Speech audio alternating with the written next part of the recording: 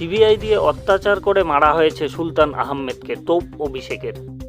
Vote প্রচারে বিস্ফোরক অভিষেক বন্দ্যোপাধ্যায়। তার দাবি সিবিআই এর চাপে মৃত্যু হয়েছে প্রাক্তন সংসদ সুলতান আহমেদের।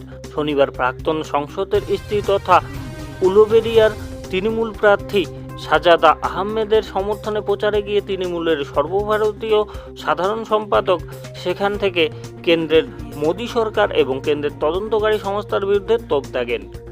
সভামঞ্চে সাজদা আহমেদের জন্য ভোট চাইতে গিয়ে অভিষেকের বিস্ফোরক অভিযোগ। এই উলুবেড়িয়া কেন্দ্রের মানুষের সর্বক্ষণের কর্মী এবং সাথী ছিলেন সুলতান আহমেদ। সিবিআই দিয়ে অত্যাচার করিয়ে মানুষটাকে মারা হয়েছে।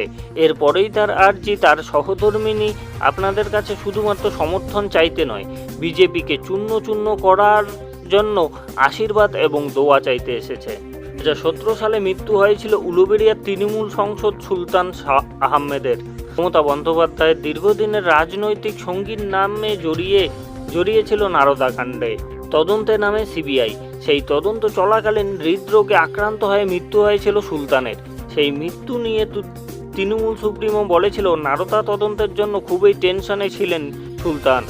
মুখ্যমন্ত্রী আরও বলেন চাপ সহ্য করতে পারেননি,